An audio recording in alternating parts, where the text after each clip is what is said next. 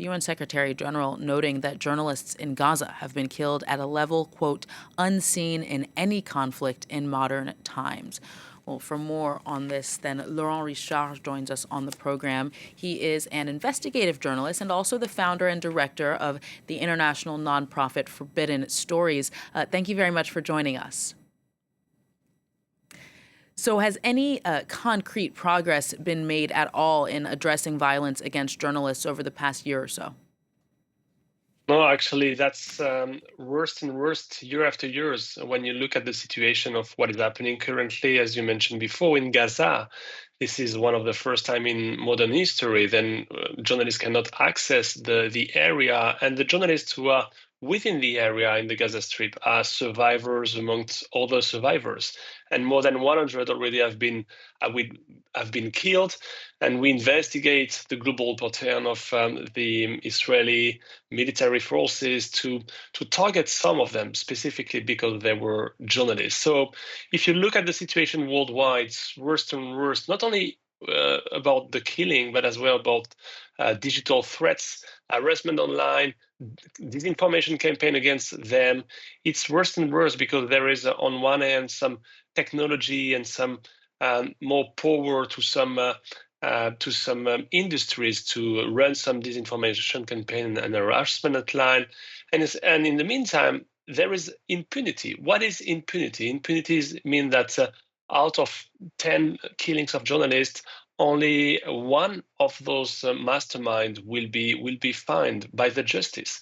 I mean, the others can get easily away because no one are looking after them, because there is a level of corruption that is extremely high. And this is why at Forbidden Stories, we try to defeat impunity with journalism, with collaborative journalism. Our mission is, when one journalist is killed, is to continue his work. And why we are doing that? We do that for two main reasons. The first one is to make sure people get access for critical information. Journalists got killed because they're investigating environmental crimes, because they are investigating money laundering, corruption stories. And those stories matters for all of us as citizens. And those stories are global because it's talking about climate change.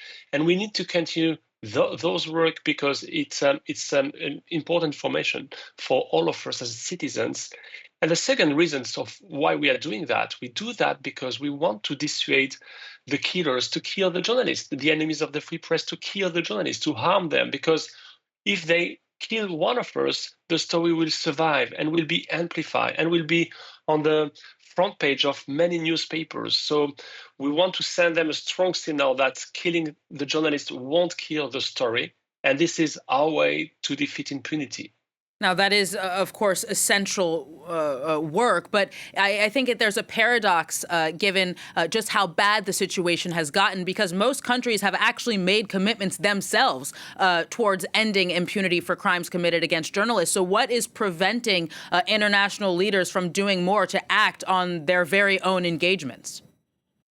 I think you're right. You have on one hand some public speeches and statement of leaders of the world saying that freedom of the press is crucial. In the meantime, you can see exactly in reality the opposite of what is happening. Look at what Donald Trump was saying a few weeks ago and even a few years ago. He was repeating the same kind of very dangerous statement, designing and labeling journalists as enemy of the people. So if he got elected, you can imagine what autocrats in the world will do and will say if the president of the US is considering journalists as an enemy of the people. Look at what happened even after the killing of Jamal Khashoggi, who was a Saudi journalist who was killed in the consulate of the Saudi Arabia from Turkey.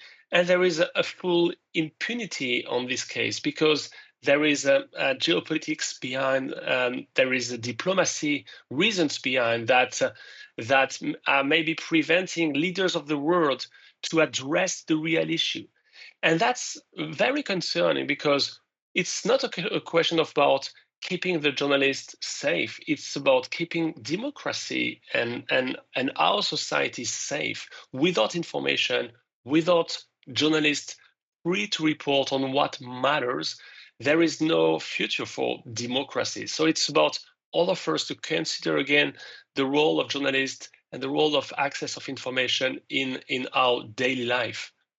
To finish, unfortunately, we just have time for one more question, but I do want to focus on the situation in Gaza because it is, of Yeah. course, the site of the deadliest periods for journalists in modern history. Forbidden Stories has a project there.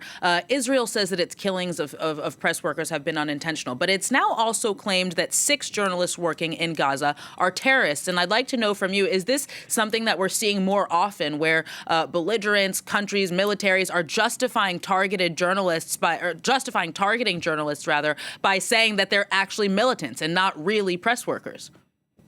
Well, first, two things to say on that. First of all, with the Gaza project and with many partners, including Israeli and Palestinian journalists and many other journalists, we were able to achieve the Gaza project by investigating the way journalists in Gaza, where some of them were specifically targeted by the Israeli authorities. And we were able to prove that.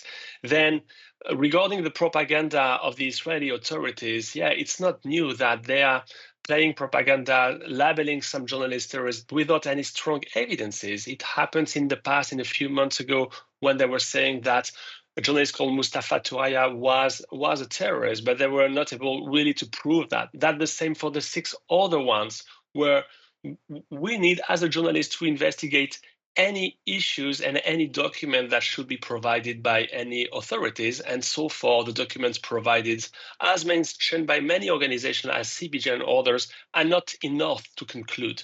So the best way to solve those issues is to let the press enter inside the Gaza Strip and do our work, meaning telling stories for the readers.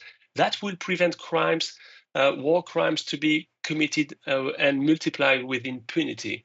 This is the most urgent thing to do, to open the area to journalists. That's the first time in modern history that we can see a conflict where that is a black hole for journalists and for access to information. Laurent Richard of Forbidden Stories, thank you so much for coming on the show today. Thank you for having me.